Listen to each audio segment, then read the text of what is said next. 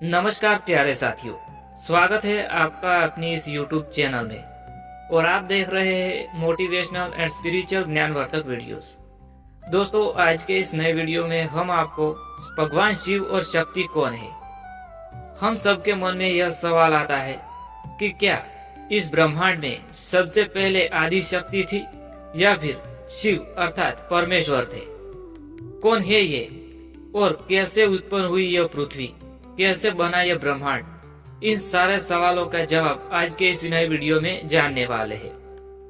दोस्तों, कल्पना कीजिए एक ऐसा समय जब ना पृथ्वी थी, ना आकाश था, ना जल था, ना अग्नि, ना ही रात्रि थी, ना ही दिन, ना ही दिशा थी और ना ही कोई तत्व। वह कुछ भी नहीं था, बस एक ही तत्व था और वह है पर ब्रह्म, जो ना दिखाई देता है ना शब्दों में समाता है, जिसे कोई उत्पन्न नहीं कर सकता और जो स्वयं सब कुछ उत्पन्न करता है। वही है पर ब्रह्म जो स्थिर था, तो उसे शिव कहा गया। और जब उसी पर ब्रह्म में कंपन हुआ, स्पंदन हुआ, तो वही शक्ति कहलाया। शिव और शक्ति दो नहीं, एक ही चेतना की दो अभिव्यक्तियां हैं, अर्थात एक ही सिक्के के दो बाजू है। और आज हम उसी परम रहस्य को समझेंगे। शिव पहले या शक्ति, कौन है सृष्टि का आदि स्रोत। ऐसा ज्ञान जो आपको केवल शास्त्र नहीं, आत्मा से समझना होगा। हर मनुष्य सोचता है कि हर वस्तु की एक शुरुआत होती है, एक अंत होता है, लेकिन शिव और शक्ति की बात करें तो हमें यह नियम छोड़ना पड़ता है, क्योंकि ये दोनों कालातीत है। इनका ना कोई आरंभ है ना कोई अंत है। शिव शुद्ध चैतन्य है, चेतना का वह स्वरूप जो अचल है, शुद्ध है, शांति है। और शक्ति उसी चैतन्य का वह पहलू है जो गति है, जो सर्जन है, जो परिवर्तन है। जिस प्रकार अग्नि और उसकी गर्मी अलग नहीं हो सकती, उसी प्रकार शिव और शक्ति कभी अलग नहीं हो सकते।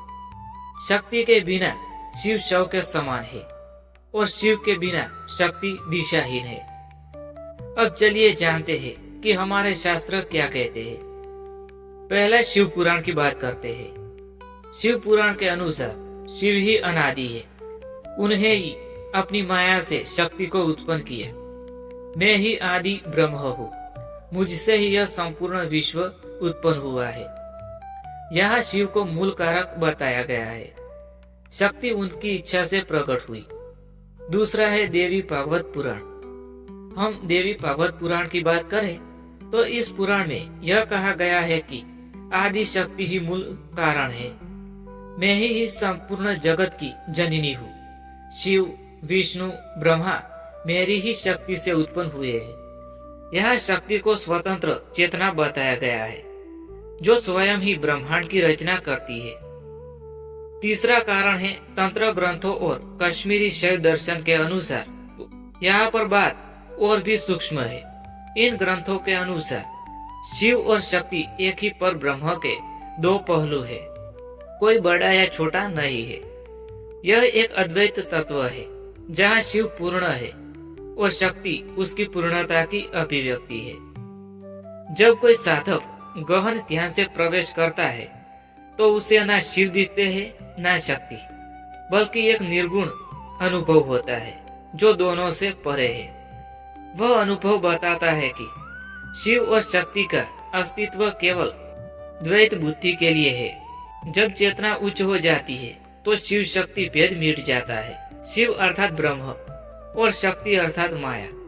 लेकिन जब साधक परम की अनुभूति करता है तो उसे केवल एक ही सत्ता दिखाई देती है, जो न पुरुष है, न स्त्री है, न शिव है, न शक्ति, बल्कि वह पूर्ण है, ऐसा उसे दिखाई देता है।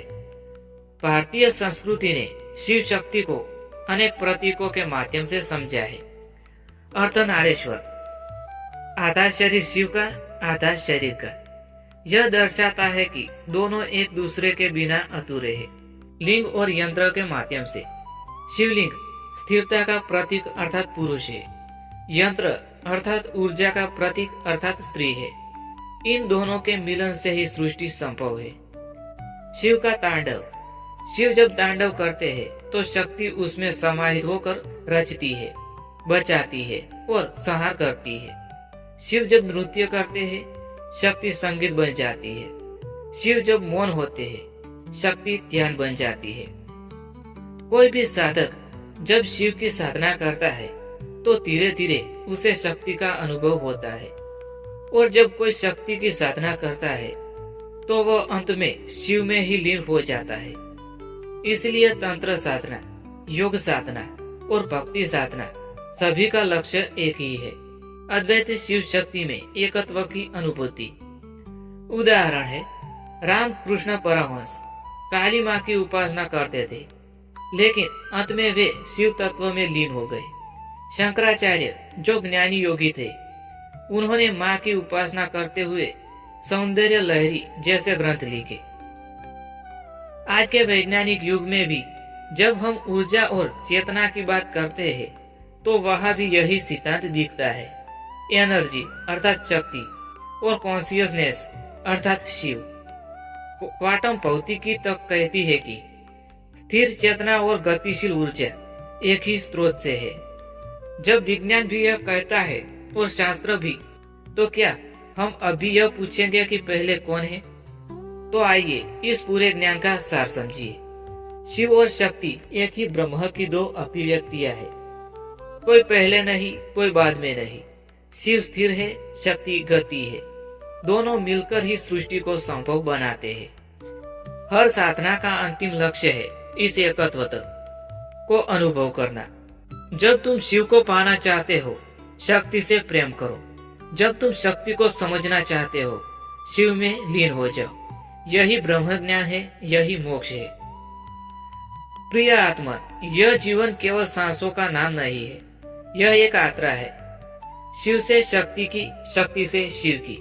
जब हम अपने भीतर के शिव को पहचानते हैं तो शक्ति स्वतः प्रकट हो जाती है, और जब हम अपने भीतर की शक्ति को जागृत करते हैं तो शिव हमारे हृदय में नृत्य करते हैं। इसीलिए ना शिव पहले है, ना शक्ति बाद में है, दोनों एक ही है। जैसे दीप और उसकी लौ, जैसे स्वर और उनकी ध्वनि, जैसे प्रेम और उसकी अनुभूति। दोस्तों, इसी के साथ यह ज्ञानवर्धक वीडियो यहाँ समाप्त होता है। मैं उम्मीद करता हूँ कि आपको पसंद आया होगा। अगर पसंद आया हो तो वीडियो को लाइक करें, शेयर करें और